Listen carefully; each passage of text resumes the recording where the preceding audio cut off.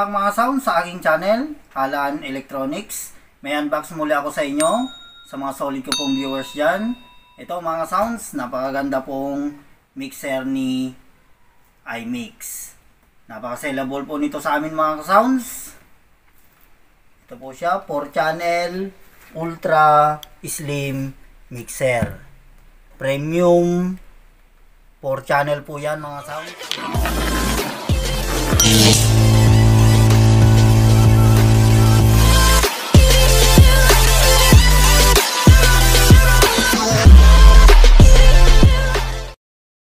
Ito na po, nailabas ko na mga sounds. Unang-una po, makikita po natin yung kanyang user manual guide. Itong power cord din mga sounds.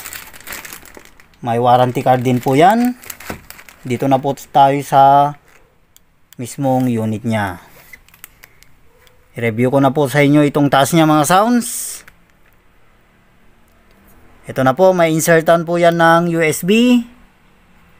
Ito na rin po yung kanyang display, LED niya mga sounds, at yung kanyang post play, back, previous, saka yung kanyang mode. Pag mag Bluetooth po tayo, pindutin po lang natin yan. Ito po yung nakasulat dito, USB playback for WAV, WMA, MP3. Dito naman tayo sa kanyang main out. XLR connection yan, left and right.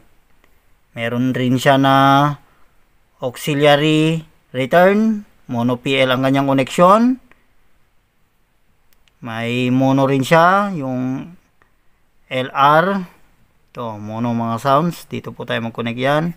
Meron din po yan auxiliary send. At may phone din. Pwede po tayo mag-connect dito ng headset. At ito rin po yung connection niya sa record. Yung left and right niya.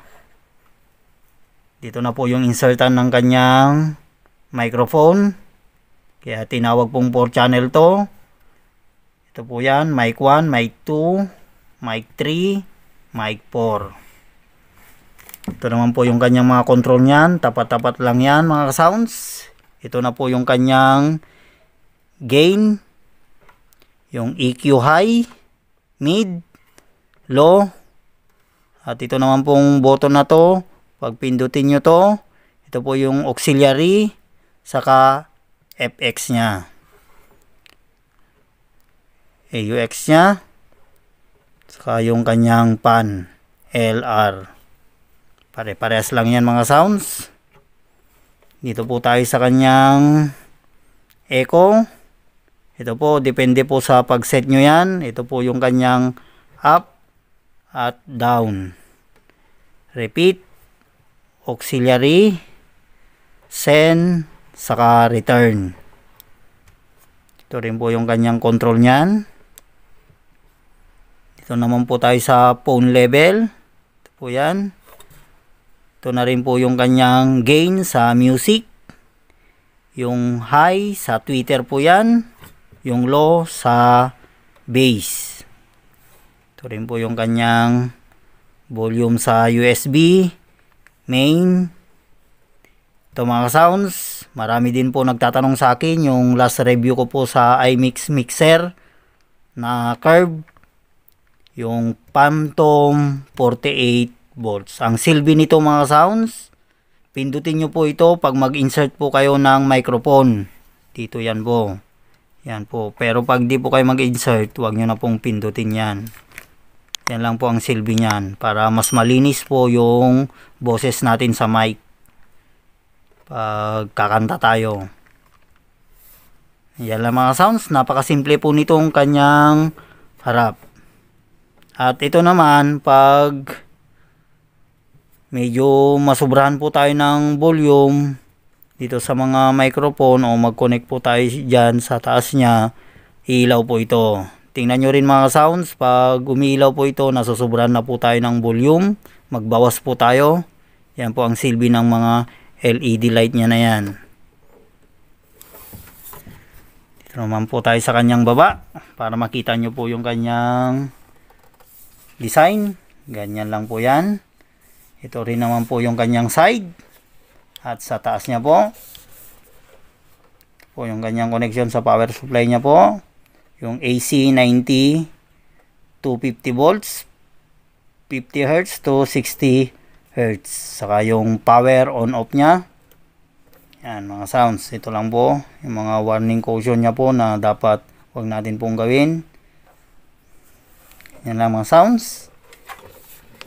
Pwede na po natin i-sound check mamaya yan. I-connect ko po siya sa amplifier. Ito na mga sounds. Pakita ko naman po sa inyo kung paano ko i-connect itong iMix mixer dito sa aking gagamiting amplifier. Gagamit lang po ako ng XLR to RCA jack.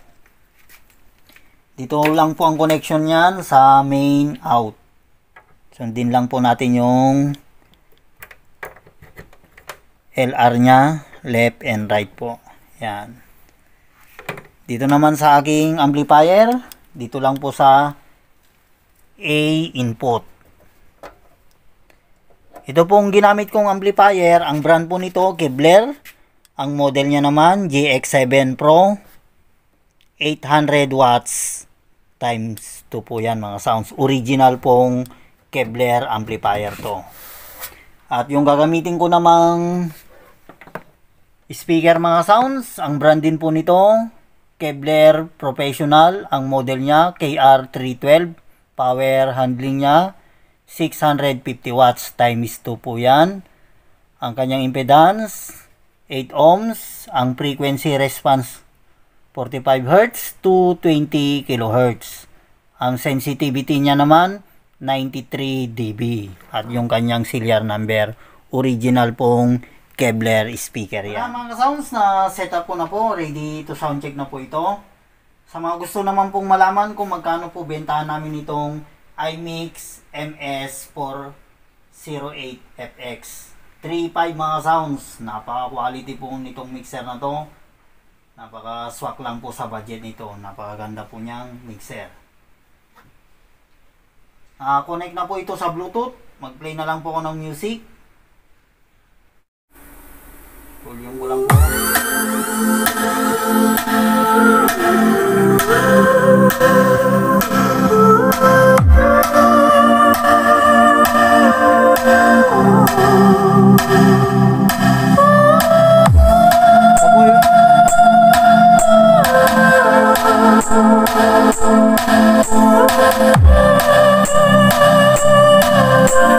Battle mode.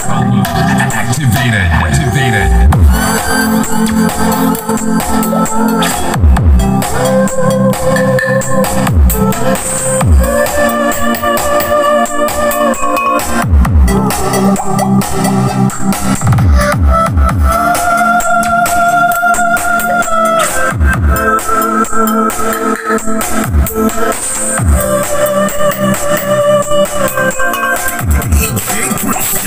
Nightmare Remix.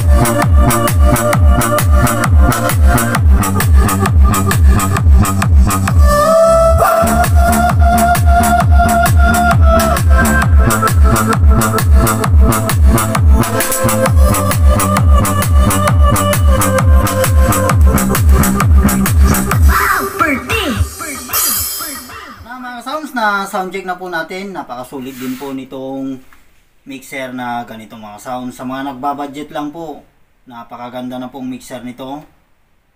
At maraming salamat din po mga sound sa mga solid ko pong viewers na walang sawang sumusuporta sa akin. Maraming salamat po sa inyong lahat. Shoutout po sa inyo dyan. At sa mga bago ko pong viewers, kung gusto nyo pong ma-update sa mga bago ko pang i-upload, huwag nyo pong kalimutang mag-like, subscribe at i-click nyo na rin ang bell icons para ma-update kayo sa mga bago pang i-upload. Mga ka-sounds, hanggang dito na lang po ang aking video. Kita muli tayo sa mga susunod ko pang